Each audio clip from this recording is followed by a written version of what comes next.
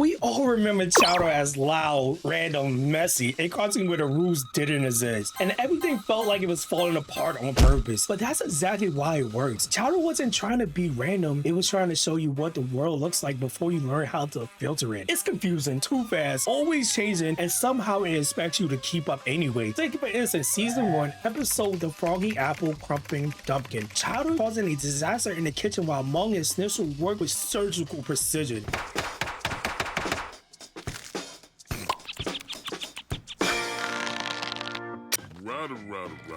No, I'm not going to have Chowder sit this one out. We're making a froggy.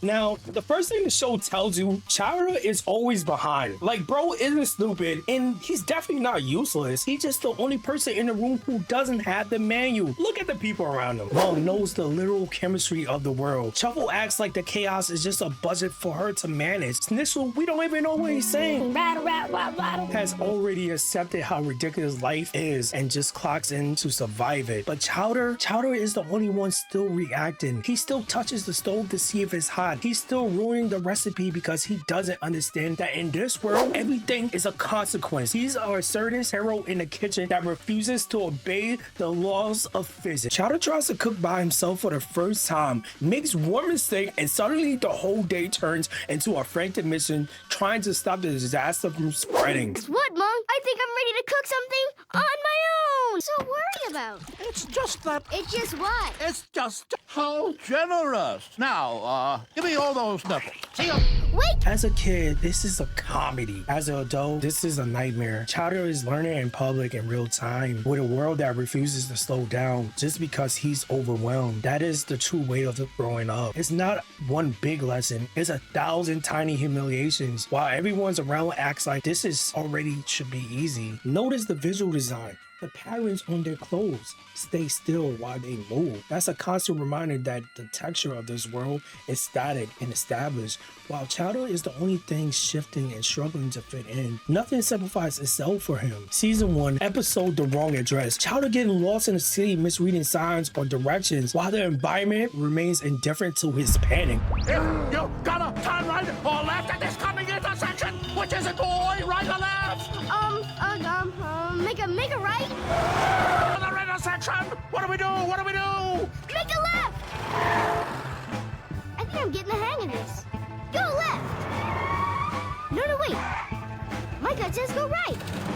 No, it was a left. Sorry.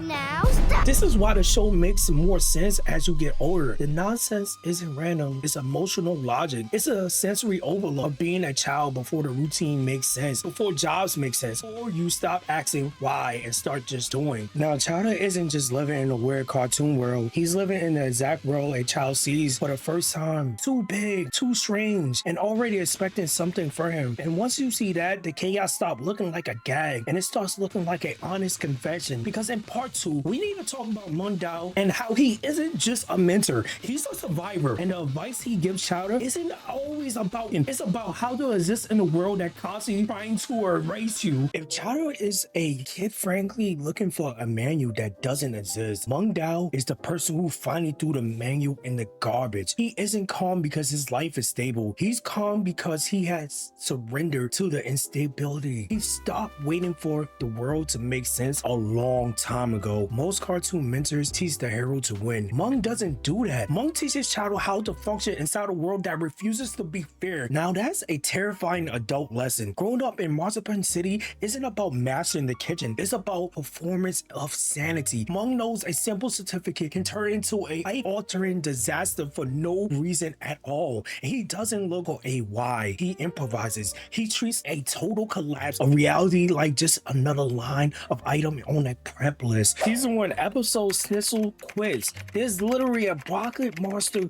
about to swallow the mess out of Switzel. But Mung keeps his composure like it's just a regular day inside the kitchen. Totally ignores it and drinks apple juice while Snitzel is literally fighting for his life. Stop fooling around, Schnizzle. You're ruining the dish.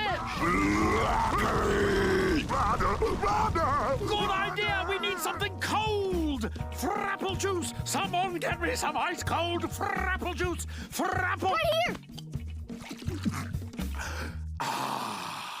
Much better. He isn't wise, he's complacent in the madness. This is a mechanic people miss. Professionalism isn't just the armor we use to hide the improvisation. Mung isn't successful because he controls. He's successful because he accepted that confusion is a permanent part of his contract. He isn't mastering the world, he is weathering it. And then you have Truffles. If Mung represents surrender, Truffle represents futility of domination. She tries to force a rhythm onto the money, the kitchen, and the people around her. She wants a predictable world. The show uses her to prove a brutal point. You can't survive the mess by screaming at it. You can't make the world stable just by being louder than the noise. Episode The Heist. The situation literally falls apart and Mung doesn't even blink, and he has a solution. Oh, what happened? What's going on? What are you all doing under my kitchen? Sugar sapphires?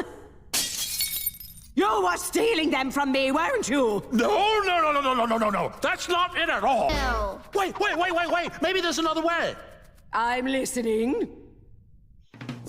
Mung ends up sacrificing Stissel, and man, he don't even know what to do with that. If you was what? Anyways, back to the video. This is why Mung matters. He isn't there to give Chowder recipes. He's there to show him how to keep walking without needing a destination. When you young, you think adulthood is a destination where the rules finally clear. Chowder says, no, they won't. You just get better at faking it. You just get used to the static. Mung is a man who learned to survive a ridiculous world by becoming just as ridiculous as the world itself. He's not teaching Chowder how to win. He's teaching him how to endure a system that doesn't care if he understands it. But endurance has a cost, and to see that bill, you have to look at the setting, because in part 3, we need to talk about why the kitchen matters so much, why all of this chaos is happening inside a workplace, and why that makes Chowder feel like a workplace horror story once you get old enough to have a job. The reason Chowder feels so overwhelming as a kid is because it traps all that frantic energy inside a job, not a school or adventure, a workplace, a place where things have to get done even when the walls are literally melting. Now look at season 1, episode The Bee Sings. The kitchen staff is forced to stay up all night working on a massive, absurd order. String beans are a musical food. The better you cook them, the better they sing when you serve them.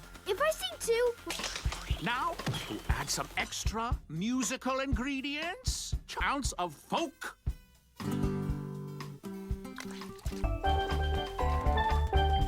no, that doesn't sound right. Maybe it wasn't even food he ordered. Could just walk in there to get some water. Exhaustion of the production. That setting changed the entire tone of the show. The randomness isn't just a funny visual gag anymore. It's a overhead. It's pressure. Nobody in Chowder gets to stop just because the physics of the room stop making sense. Orders still have to be filled. Customers still have expectations. That is what adult life actually feels like. It's just not confusing in a vacuum. It's confusions with a strict deadline. Chowder is still learning how to exist, but the world is already demanding a return on investment. There is no warm-up period, no safe practice version. He has to learn in the middle of production, inside of a system that was running long before he got there. Season 1, episode The Thrice Cream Man. Mung says something simple and pushes it past his limit, and Chowder is stuck dealing what turns into. Chowder, I'd like you to meet the Thrice Cream Man. Scoop and mouth! Chowder eats scoop and mouth forever!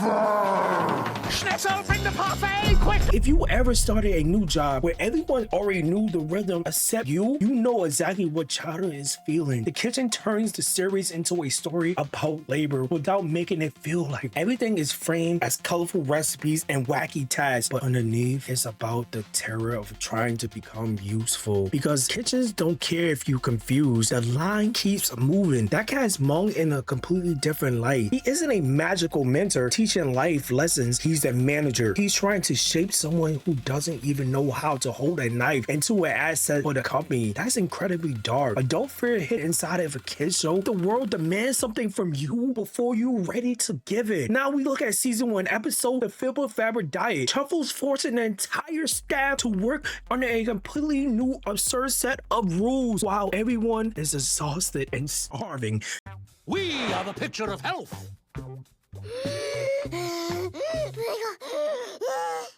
I rest my case. Everyone on diets. I don't make diet food.